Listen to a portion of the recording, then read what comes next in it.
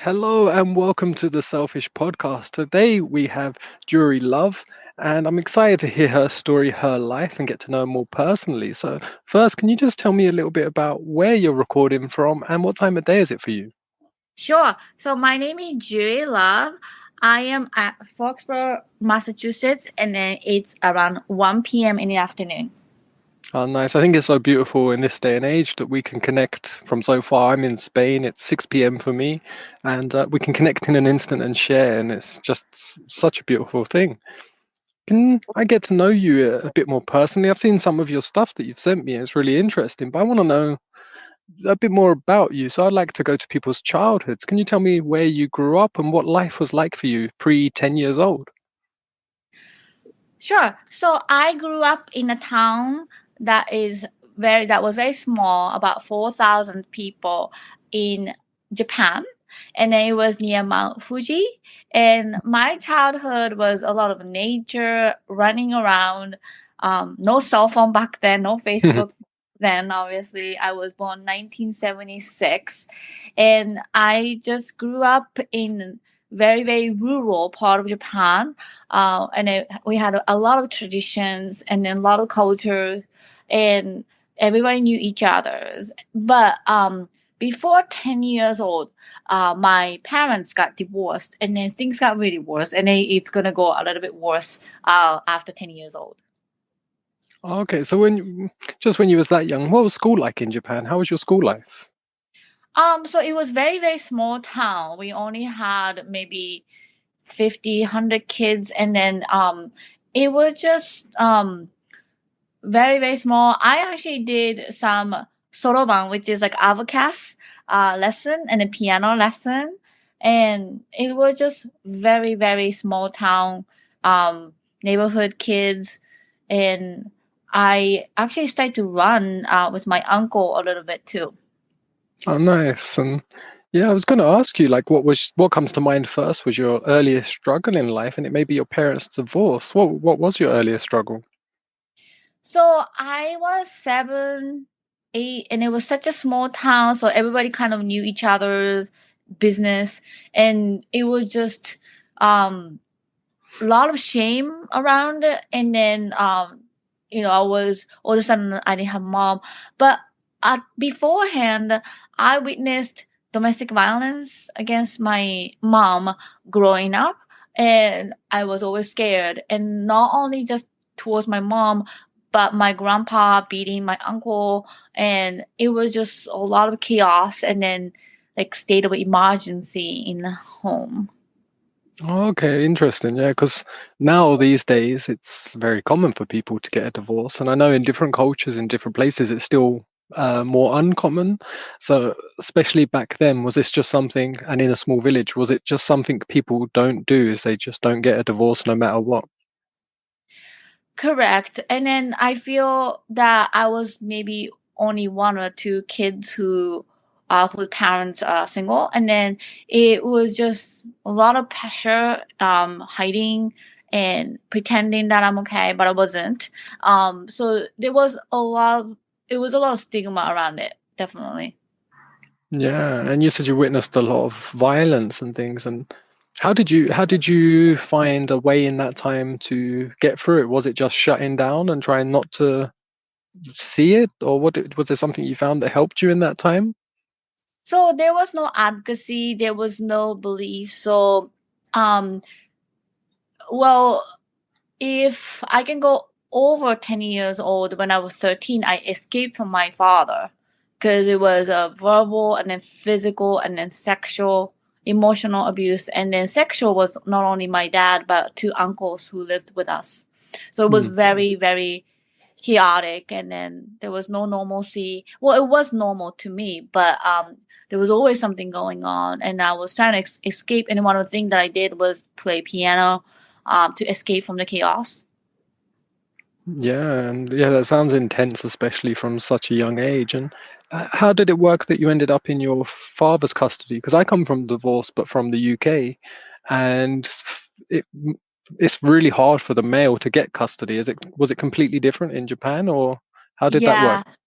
So I was a kid, so I don't know how the custody and legality worked in Japan back then. But all I know is that the DV escalated, and then my mom, I think, couldn't take it, and she left one day. And then one day she came back with an attorney and then her mother, which is my grandmother. Um, and I didn't know who this person was. We had kind of a family meeting in like the living room, and then all of us were crying. And the next thing I know, that I was just living with my dad, and my mom just left. But at the same time, she later told me that she was trying to um, bring us to her mother's place, which was maybe 2 3 hours train ride. And my dad and then my grandpa came and took us. So yeah, later on in my life, I found that story out when my grandma got cancer and she was at the hospital, and I went to visit her, and then she told me the story, which I have kind of no memory of. Yeah. Okay. No, it's really interesting. And you said you suffered sexual abuse, and say at any point if anything is too uncomfortable to talk about. But how did you process that at the time, and how did you keep yourself wanting to carry on day to day? So I'm an advocate for child sex abuse now. I'm very comfortable talking about it. And basically, I wrote a book called A Gift from Adversity, and it's published in 2020. And then the subtitle is Overcoming Sexual Abuse, Domestic Violence, Bullying, and Homelessness. Now, I have suffered a lot from the childhood trauma, child sex abuse, especially because I didn't know what it was. And especially when you are child isolated in Japan in the 80s, nobody talked about it. Nobody believed my story, including my mom.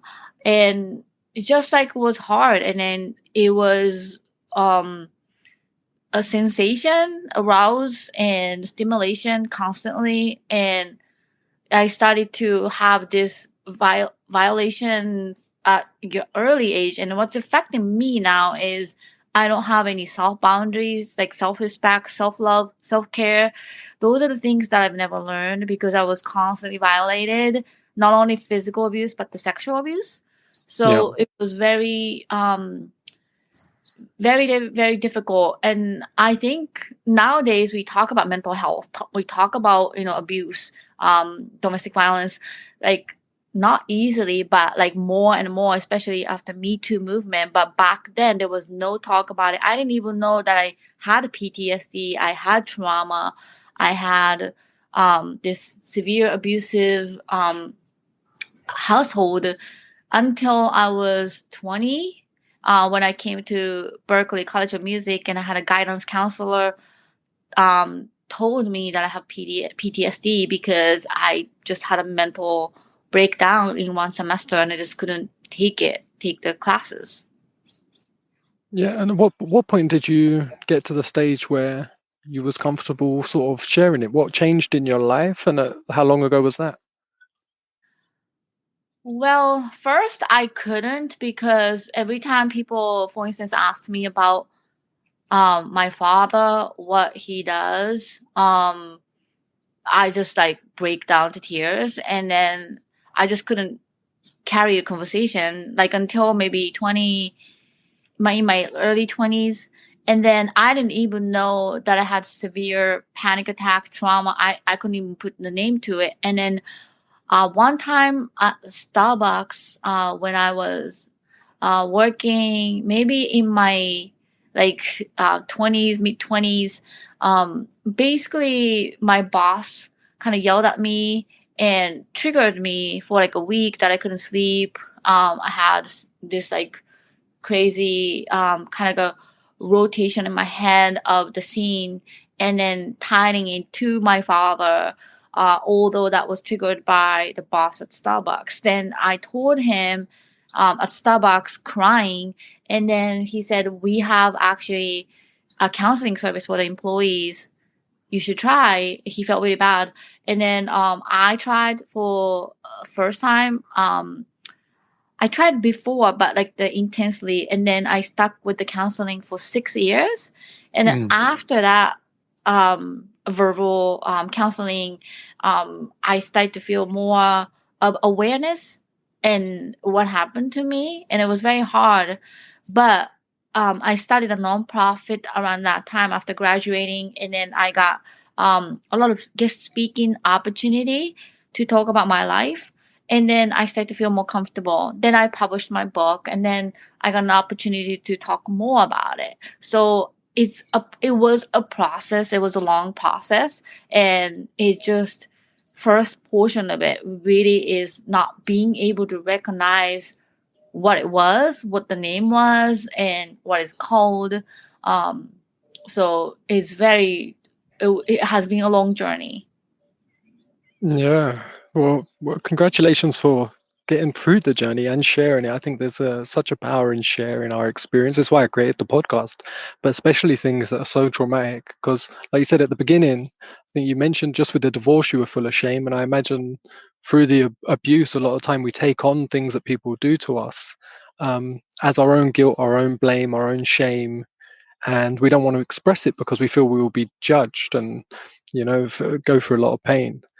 And for me, my issue was with my mother. I wasn't sexually abused, but it was a very traumatic upbringing with me because she had severe mental illness, and it's something I hid and lived in shame with. And when I tried to even utter the words that my mum's ill or I would just break down in tears. I couldn't even say the words. Whereas now I can openly talk about it, but it took time, took process. And my partner, my love Danielle, it was lockdown. During lockdown, when they first were really strict on the regulations, got shouted at by a bus driver to put a mask on, but she just didn't realize because we was waiting in the middle of nowhere with our mask off, and then went to get on the bus, and he got really angry, and she went into like a real bad panic attack, and we couldn't go on the bus. And then, but that unraveled a lot of issues that she had, and she was sexually abused when she was a young child by a stepfather, and it wasn't until the issues with the pandemic came up did that bring all of that control abuse to surface, and allowed us to communicate and share. And she just was unbelievable during the process to share with me, and it was a beautiful experience in many ways. But it took a lot of time for her to get to a place where we could have deeper conversations. It was such a painful place to recognize and to talk from. And how have you felt now? Because, like you said, your thing's called Gift from Adversity. How did you get to a point where you see your experience as a gift? Look, that's a great question. I really appreciate that. And then I'm sorry about your wife and then what you have been through as well. I feel like the abuse and then the adversity became, unfortunately, universal language. And then a lot of people suffer. So, first of all, thank you for sharing. And then I'm sorry that happened to you. And the gift, I just wanted to write a book about my story in a way that it's not just depressing and then just like victimized and then sad. I just wanted to have something positive, a gift, which eventually is a perspective that I learned throughout this process of the journey and overcoming the adversity. And I feel that when I publish something, I'm a journalist as well. When I publish something, I want to have a perspective from the audience that, like, why did I even read this book if there's no takeaway? And I used to do a guest speaking gig a lot. And then I got the feedback sometimes that it was just all about accomplishment or, experience, but there was no takeaway. And then somebody actually told me that when you are hired as a guest speaker, that you should always come up with 5 to 10 takeaways that people can use, which is like a tools and to basically, face the adversity or challenges. Now, my book, A Gift from Adversity, has a ton of those tools and then also tangible things that you can apply, and then also the life lessons that I learned or mentors and then people who gave me great advice. So I would say a gift part of it is just it's kind of strategic, but also a real life lessons that I've learned throughout this process. Okay, yeah, no, it's really interesting because it's a word I use a lot and a word that I changed my perception on. Because, like I say, on a lot of my content on YouTube or online, I share like my mum was one of my greatest gifts I ever had. Yet years ago, I would have said that's not the case because it was all my suffering. And then I realized within that suffering it was a gift, but it was wrapped so tightly, like someone sellotaped every edge, and it was really hard to open. And it took time, but it was always there waiting for me to choose to find a way, and like you said, and shift the perspective to make it available to myself, and then to make it useful and serve others with that usefulness. And I found that process really gave me a sense of fulfillment, a sense of purpose, and a sense of life, and opened me up to life. Did you find when you started to share and put this stuff out and start to contribute that service started to give you any sense of fulfillment? Yes, absolutely, Luke. So what happened was a lot of times before I published my book, when I went to do a guest speaker, this is before pandemic, a lot of people came up to me and they shared their sexual abuse experience that some people said they've never shared with anyone but me. I remember a person, he was older gentleman that told me that his 6 siblings all got sexually abused by the father, and then the father died, but 2 of them committed suicide, and a lot of them became addict. And then he was in his tear, he was crying when he was sharing the story, and I felt obviously like really sad, but at the same time I felt a little bit empowered that I created a threshold and then platform or like a safe space that I shared my greatest adversity where people felt that it is okay to share. And especially after I started my podcast and then show A Gift from Adversity, I just recorded episode 23. And then so far, it has been so amazing because I wanted to do this show after I published the book, and then I couldn't do in-person event because of the pandemic. Mm-hmm. And then I just felt that there was not so much safe platform where we can talk about adversity itself, but the tools that they use to overcome and the gift that come from it. And by doing this show and then listening to a guest, yesterday I had a guest from Scotland, and I have guests from Germany. I have some guests from Denmark, and you are coming to my show too. And I'm just grateful and learning so much of the language itself, and then logistics behind and the tools that people have used. I have a friend who I had no idea until I started this show that she was a survivor. She's a survivor of 2 active gun shooting, and she gets very panic attack in public easily. But she brings this stone, and then she showed me during the interview how she carries the stone and then how she grounds herself.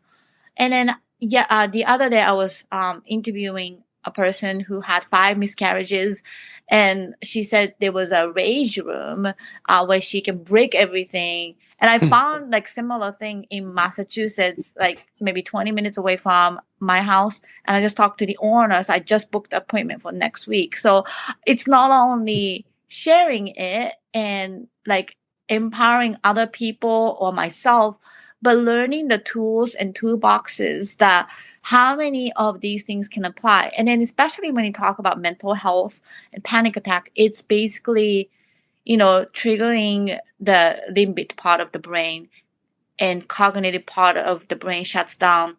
So how do you get the temperature down from the limbic part of the brain to make the cognitive part of the brain work again? And how quickly can you do that?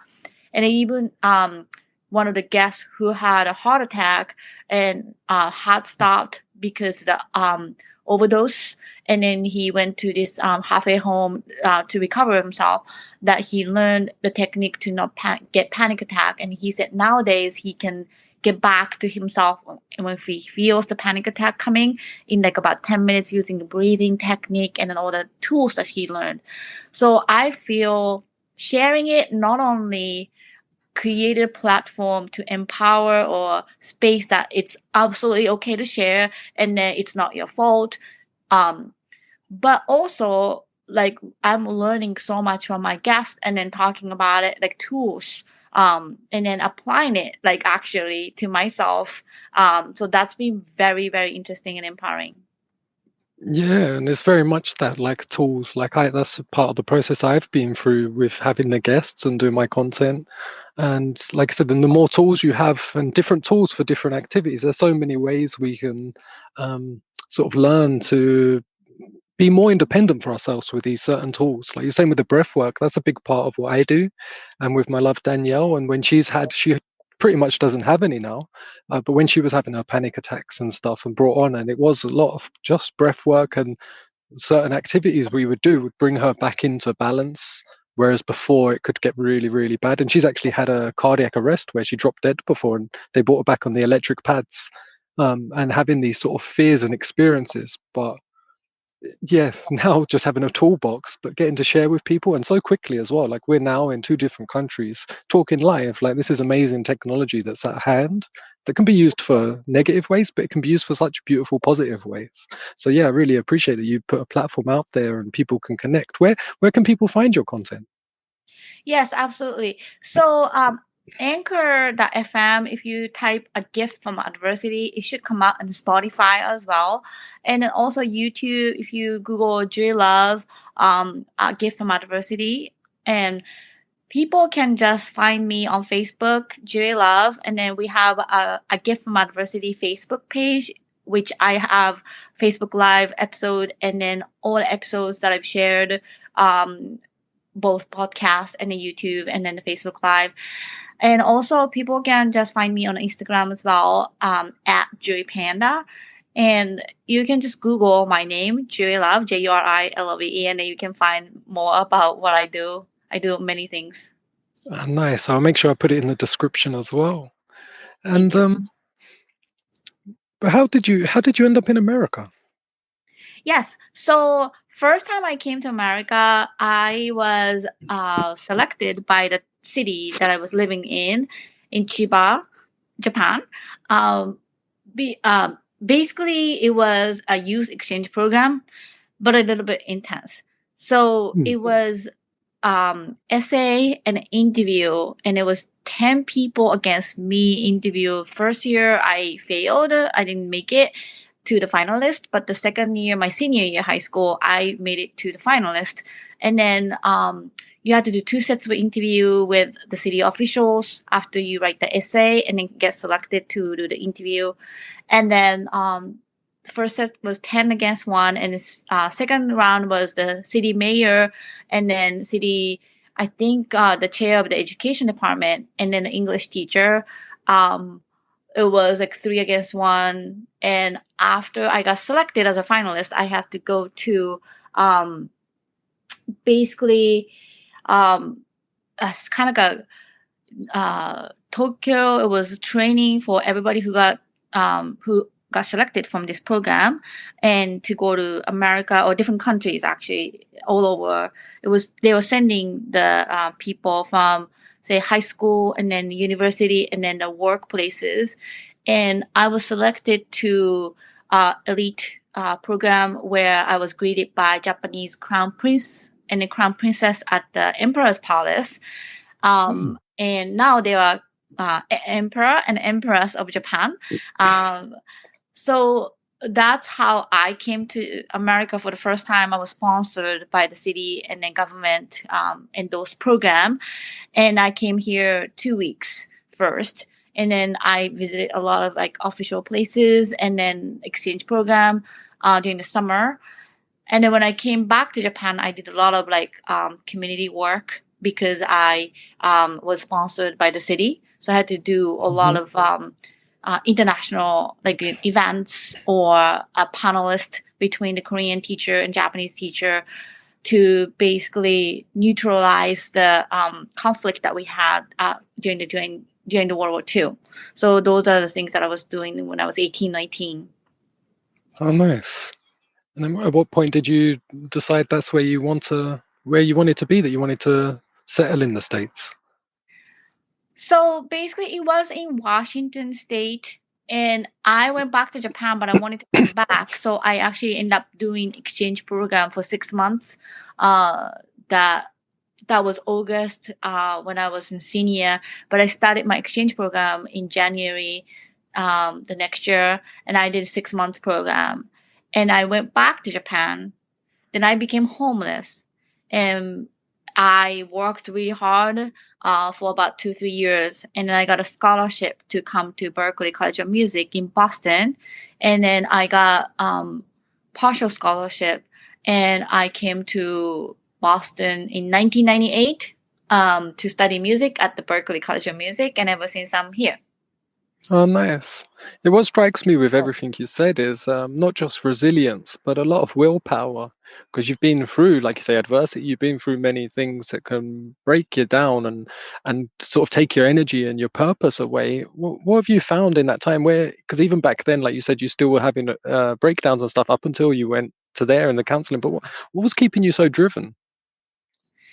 Look, I don't really know. I feel maybe part of the trauma was driving me too, because later on in my life, when I was doing the counseling service, I was told that a lot of people who experience sexual abuse and trauma either get addicted to substance or become workaholic. So maybe I became workaholic, or maybe achievement.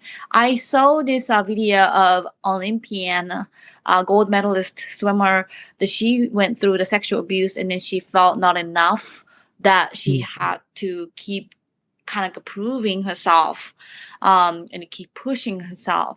And then I think part of it was a trauma, but also I had this beautiful experience with basically volunteer experience when I was about to drop high school, because I really lost motivation, because mental health was not taken care of back then, and I really felt big depression, and there was no aid. But somebody that I was dating that time, he recommended that I should do volunteer work, and that was really eye-opening and life-changing, because I've never really interacted with wheelchair-bound handicapped person. It was my first time experiencing that, and helping him feed meal or having conversation completely changed my mind. And then rest of my life still now. What happened was there was conversation time, and then we were using this hiragana chart, which is like a Japanese character chart, because he couldn't talk. So he points out what he wants and then what he wanted to say. So it took a long time to create sentence for him to, and then remember each word for me as well. And he basically said last month was hard. And that took him maybe 10-15 minutes. And then after that, I said, why? And then he said, because I just met him, and he just said, my mom died. And so that took another 10-15 minutes to point each word. And then the last thing that he said completely changed my mind, my life actually. And then he said, it was my fault. And it just kind of like devastated me and broke my heart, and then just gave me this epiphany and then realization that I have full potential. I can see, I can hear, I have these 5 senses and then full potential. But my brain, because of the abuse, was blocking my potential. And ever since then, I swore myself that I would never complain or I would never give up until I tried like 1,000 times and then fail. So ever since then, I applied for a modeling opportunity in Tokyo. Although a lot of kids like back then told me I'm not the prettiest, I would never get that modeling job, but I got it. And then I started to work as a fashion model in Tokyo. And then I applied for that program that I just mentioned earlier. And I got in. So it really changed my mindset. So that was pivotal moment of my life. Yeah, it sounds like such a powerful moment. I can only imagine, but yeah, I can really feel it. Yeah. What do you think if your younger self now, say like 13, 15 years old, if she was to meet you now, what do you think she would think? If she was meet me right now, Yeah. that's I've never thought about it, Luke. I have to think about that. I think, especially the time that I was getting abused, or I tried to kill myself when I was 15. I think I think she would be amazed, and then she would be like hopeful that wow, she would be like, oh yeah, she's in America being this big movie and then doing this a lot of things, and I think I think it would be powerful experience. Yeah, I definitely think so. Yeah, no, so you've come a long way. And yeah, you just mentioned when you was 15 a suicide attempt. I will share with you a little bit of mine first because I had suicidal thoughts and stuff from a very young age, from about 7, again, because life externally didn't make any sense and it was just painful. And I questioned my own life and purpose in that point and thought like it would just be easier if it was gone. And this was like a recurring thought. And then it wasn't until I had my last like episode like that in 2015, I nearly did it, and it was just again because of my external life was too painful that I just wanted an out, and it was a bit like I thought I need to turn the light switch off. Um, and it was a really sort of again pivotal, life changing moment, but something hit me that changed the my whole perspective and outlook and sent me on a whole new path. What happened, if you don't mind, when you was 15? Yeah, so again, the mental health was never addressed, and then I was not believed about my sexual abuse, and I just didn't think it was worth living forward. So I grabbed a knife and I started to cut my wrist. And then my mom usually was working and never really came home during the day, but she forgot something and she came and she found me bleeding and being under the blanket and crying like a mess. So she took the knife from me and then, yeah, she found me. Oh, they said just it was meant to happen, you know. She happened to come back that one time, just in time. You know, and what is that? Was that a recurring problem? Did it come back again, or was that your last attempt? So it really had a recurring, but not knife to my wrist after that. But sometimes like holding my breath or like just the thoughts, um, negative, you know, yeah. So yeah, it's been hard. Yeah, and like you said, with your podcast and all the tools that you've equipped over the years for multiple different tasks, what would you say is a couple of ones that you still use now? And is there any tool you use day to day, any practice or technique or anything you do every day? Well, look, it's very good question, and I can't even identify. I've tried so many modalities throughout this process. What I can share is EMDR was helpful. I don't do it anymore, but eye movement desensitizing reprocessing. If anyone's listening and then looking for some help for your PTSD, EMDR is a great way. If you Google possibly EMDR certified therapist, I'm sure you can find many. And I did DBT, directed behavior therapy, EFT. I've done breathing technique, yoga, acupuncture, um, meditation, and I've done like affirmation. I'm actually doing affirmation challenge day 5, 6. I did transpersonal um, regression therapy. I've done frequency therapy.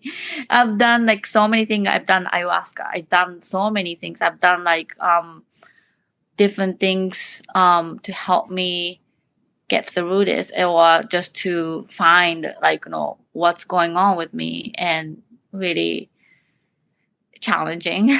A lot of times it's very challenging.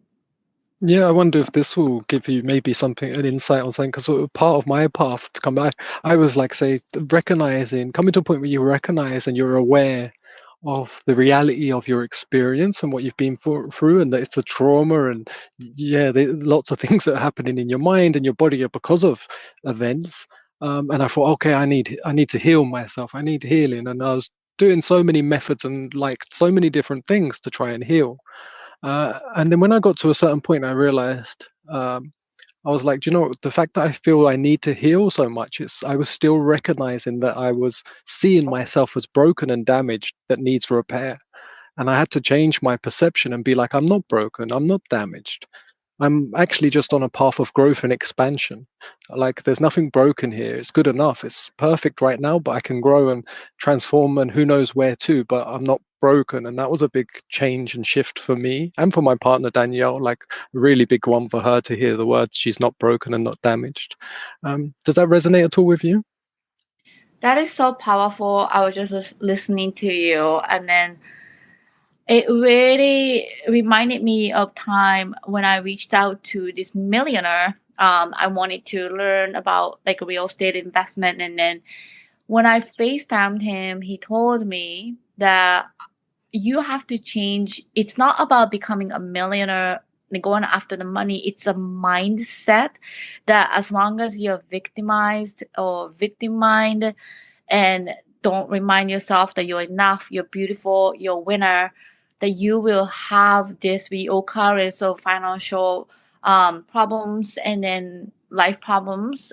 The moment that you change your mindset that I'm a winner and I can do this, I got this, I'm beautiful, I'm enough. Those are the mindset that you constantly have to remind yourself. Self-love, self-care, self-advocacy. And until you can do that, you can like no not have this financial freedom or anything like dreams and stuff. And I agree, disagree kind of because we are all human beings and we all have this lucrative mental stages and then brain chemical shift that I think it's impossible to be perfect every day. But it was very interesting, um, enlightening kind of advice that, yeah, if you keep thinking your story is, your life is miserable and like the glass is half cup and then I don't have enough, I think you would stay in that mental stage and eventually it's going to destroy you and then it's going to like, have more depressing days. So you need to really empower yourself in a way that, okay, this is enough of whining and thinking that you had a bad life. You just have to, at one point, really, really, like, kick yourself and then wake yourself up and then say, okay, enough of whining. You had bad experiences. I recognize that. But now let's change the mindset for a winning and, being some victory of triumph. And, I think also the karate changed me. I started to take karate lesson because I got an opportunity to work on Shang-Chi, the Marvel Studios movie.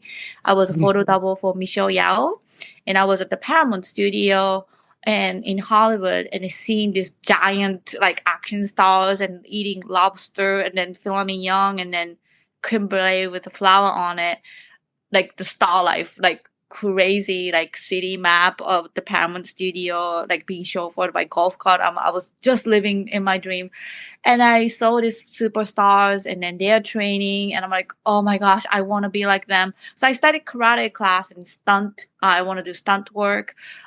So when I started karate class, I remember like feeling a lot of like fear and then uncomfortable. Like no, it was not really comfortable. But as I do more kicks and punches and then all these forms, I'm starting to feel more empowering feeling inside, not just the physical part of it, but mentally. Like I just start to feel more like badass and then just like, Yeah. okay, I can do this. I got this. Yeah, I definitely think having a physical outlet and getting your body, like, to use your body for that balance, like the things karate and different things do.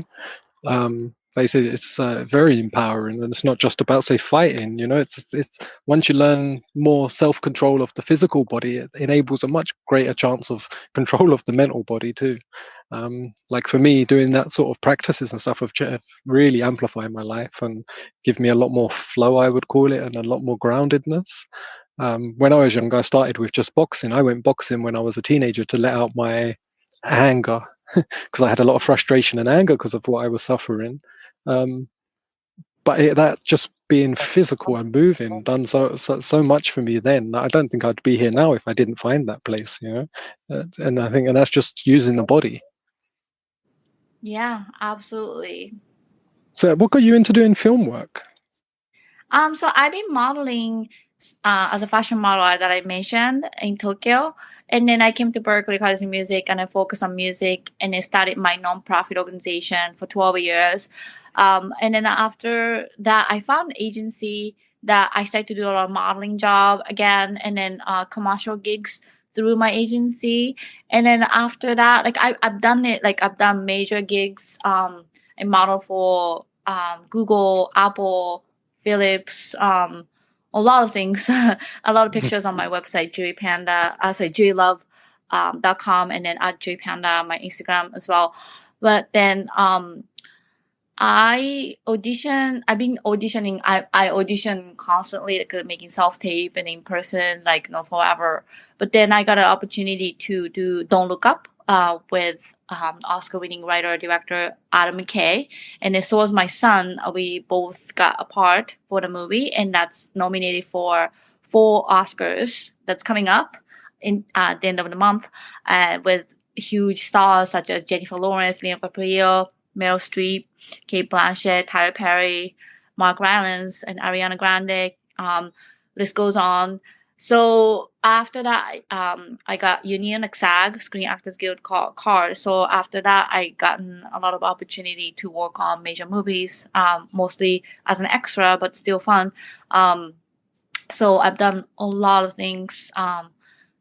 So some of them are in pre-production, so I cannot say yet. But some of them that's out already is like Shang-Chi that I mentioned, and then Dexter, and I've done maybe 12 different movies and productions. But then I started to do TV and film production myself as a producer. So I'm Nice. actually working at the Foxborough Cable Access as a volunteer, but I've been producing 4 TV shows and then 1 assistant producer. And then I have my own podcast. And then I also produced 8 films so far. And then I got an award 3 times, including Georgie Shore Film Festival for the best family drama for the movie called Sweet Wind, written by Paul Kandarian. And I'm working on 4 movies right now as a producer. So it's been quite a journey. Oh, nice! Congratulations. That sounds really interesting as well. Because I'm interested in the whole film world. I find it fascinating. I've done a lot of extra work years ago, and I just enjoyed the being on the sets and seeing the movies being made, and just I found it like a fascinating process. But can you describe what you would say a producer does? So thank you so much, Luke. So first of all, when you do a major production, there are so many job titles, and then the job tasks are very much separated. Like say, for instance, DP, makeup, wardrobe, gaffer, like lighting, audio. Those are completely separated in a major big production. But for independent film, you just basically do everything and you wear like 20 different hats to make the movie happen. So, for instance, some of the movie that I've done, I did makeup, I did extra, I was a dead body, I provided some food, I cooked some food for people. I was doing schedule and then budget and then expense and contract and just every aspect that you can think of. And on the set, I was carrying equipment and I was helping to set up the camera, light, like just like everything that you can think of, bring in the prop, wardrobe, I think one of the funnest thing was I was wrapped in this tarp in my car, and then my star character Jason Gervasio carried me in a tarp because I was a dead body. So it was very fun. So it's collaborative work. I had about one of the feature film Go Chase Yourself, which is available on Amazon Prime. Um, it was about 140 people that I was involved, and it's scout location. It just like so much. I can't even like casting. I don't know, like maybe 20 different titles when you are doing a producer for the independent film. Yeah, Fun. so yeah, sounds like a lot, but you sound so excited and passionate about it. So I think it's something you really enjoy. I do, and then running nonprofit for 12 years, and then learning extreme like organization skill, people skill, negotiation skill. Those are like really applying. And then to be honest with you, when I closed my nonprofit, Genuine Voices, which we taught music to juvenile offenders, that was a huge part of my life and healing as well, to teach music to gang members, and then seeing them change, transform through music. That was very empowering. Now when I closed it, I felt identity crisis, and then I felt so lost. Some people told me, Juri, you look like a ghost or something, soulless. And I felt like very lost after devoting myself to the nonprofit that I started. But then filmmaking, not just being on a set, but behind the camera and then producing, I think it gave me a sense of like ownership, confidence, tangible outcome. Those are the things that I missed doing the nonprofit work. So, but then the film, it's super exciting to work with these talented, super talented people, dedicated actors, and manifesting the script, and it's just so exciting to me. And then composing music for it too. Oh, nice.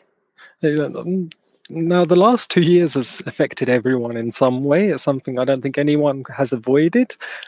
So, how was the last 2 years with everything going on in the world? How has that affected you, sort of internally, especially with everything that you had going on? Have you found how have you found the last 2 years? So to be honest with you, Luke, it's very interesting that I was homeless in Japan, and I felt more of darkness and lockdown than pandemic. Mm, Where I was, what I did, because of modeling job, movie job, piano entertainment job shut down. So I was able to claim unemployment, but I didn't purposefully, because I claimed myself as essential worker and then did Uber Eats every day. And I dropped my kids to emergency um, daycare for essential worker, because I'm a journalist. So I was on top of everything as far as the information. So governor introduced this PDF file on the government page, where the list of essential workers, and then food delivery was one of it. I didn't want to do regular Uber or Lyft, so I did Uber Eats and DoorDash. So I was safe still. And then be able to do that. And so it was a ghost town in Boston, and it was easy to find parking. Um, and I did Uber Eats like thousands of them during the pandemic, and I didn't really feel effect in a way that, um, I was out every single day working, and but mentally I felt really free because I still had home about like roof above me. I was not homeless. I had children. I'm a single mom. It was very hard, but at the same time, I have kids, and love from them, and it was just interesting time. But I felt stronger, and I felt, yeah, I got this, because I was homeless already, and when I was homeless, I couldn't like even go home because I had no home. And then like okay, after you experience those kind of adversity, one of the gift, I guess, is the perspective and the resilience, just like we kind of talked about. So it was it didn't really affect me mentally. Oh, nice. Yeah, you just had to switch up your lifestyle a little bit and, like you say, adapt, and you seem to be able to adapt quickly. Yes. Yeah, no, that's really interesting. And no, it's really nice to hear your story and what was how just that constant perseverance to, keep going, especially during the last 2 years. Have you found that there's anything that has consistently benefited you in the last 2 years to keep going? Or is it just a constant, just always being on that constant growth? Yes, I think in the way that pandemic, I was more on top of it because I'm a journalist, so I was like writing article, interviewing people, and finding the story in regards to the pandemic, and I feel like I was part of the history in listening to all our stories, being a journalist and being advocate. I felt very mission oriented in a way to bring awareness in the story. And yeah, it's just like the war that's happening in Ukraine. I just wrote like two different stories. So I think it's very different when you're a journalist or a producer, that you are a producer mind or journalist mind. When you take a look at this, current event, that I'm more of objective mind than inside. I don't know if it's clear to you. Yeah, like I'm thinking like you're less on the fearful side, but more on curiosity. Yeah, curiosity, and also I feel very my penmanship and the media outlet that I have. I feel more of mission oriented. I feel obligated, and I feel empowered that I have to be on top of this instead of inside of it, so that people Okay, can yeah, get information. yeah, very useful. Yes, exactly. Oh, nice that you've been able to have that through this time. And I have, because we're getting near to the end of the show, and I really appreciate all your time you've spent here with me today. But I try to keep them to 60 minutes, otherwise I would talk to you for a lot longer. But I know you have lots that I imagine that you're going to be doing yourself too. Have you got time just for a few short, fun questions I ask all the guests at the end? Yeah, sure, of course. Yeah. If you had to choose one, cats or dogs? Oh gosh, dogs. What's your favorite color? Pink. And what excites you? What motivates you? Um, at this point, giving back to the community and people. Nice. What does the opposite for you? What gets you down and drives your energy down? Um, being single and no boyfriend. Uh, what what sound or noise do you love? Sound? Yeah, sound or noise. Oh, piano. Oh, nice. And what sound or noise do you not like so much? Like a squeaky sound, like somebody scratching window. Okay. What do you love about yourself? Oh my goodness. That I'm resilient and I'm keeping it fun and light-hearted, although a lot of things happen to me. Nice. And what do you love to see in others? One more time.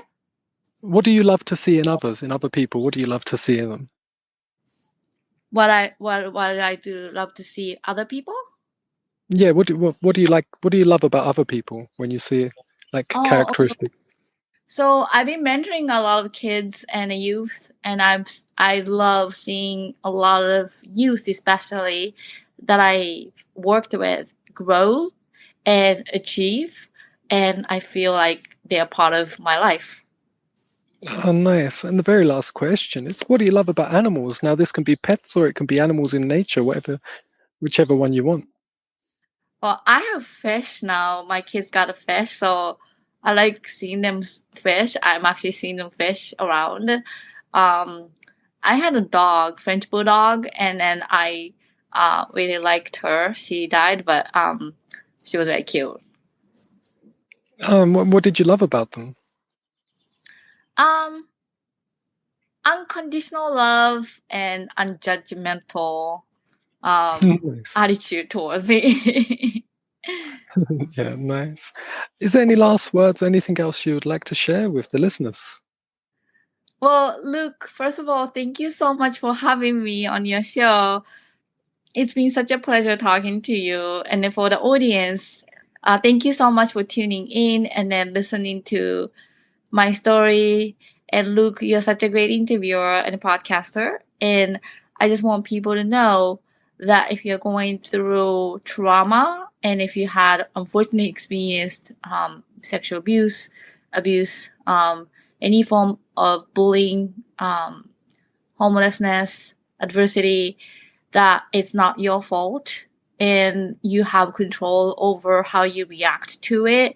And then you have resources and then you have these tools. You're not crazy. Mental health is universal language, and there's absolutely a lot of us who went through this. So you're not alone, and you have courage to overcome this, and you can get this, and you got this, and then you are enough and you're loved. Oh, beautiful. It's been a pleasure to speak with you and hear your story. And I look forward to being on your show next month. Absolutely, Luke. Thank you so much again for having me. No problem. You're most welcome, and have a beautiful day. And yeah, I look forward to speaking to you in, I think it's roughly a month's time or a couple of weeks. Absolutely. Okay, thanks again. I appreciate you being here. Thank you. All right, bye. Bye. Thank you so much for being here and listening to the Selfish Podcast. I'm your host, Luke Greenheart, and I appreciate you being here. Don't forget to check out my YouTube channel. Just search Luke Greenheart on YouTube. You'll find me. Check out my website, lukegreenheart.com. Have an amazing day, and stay tuned for more episodes. I'll be interviewing guests on their path of self-development, their path to self, getting to know them in much more intimacy, much more depth, sharing and connecting with all, so we can have a much more blissful, joyful, and productive life together. All right, much love. Have a great day.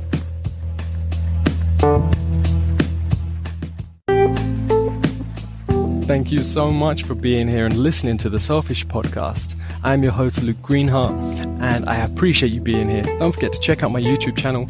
Just search Luke Greenheart on YouTube. You'll find me. Check out my website, lukegreenheart.com. Have an amazing day, and stay tuned for more episodes. I'll be interviewing guests on their path of self-development, their path to self, getting to know them in much more intimacy, much more depth, sharing and connecting with all, so we can have a much more blissful, joyful, and productive life together. All right, much love. Have a great day.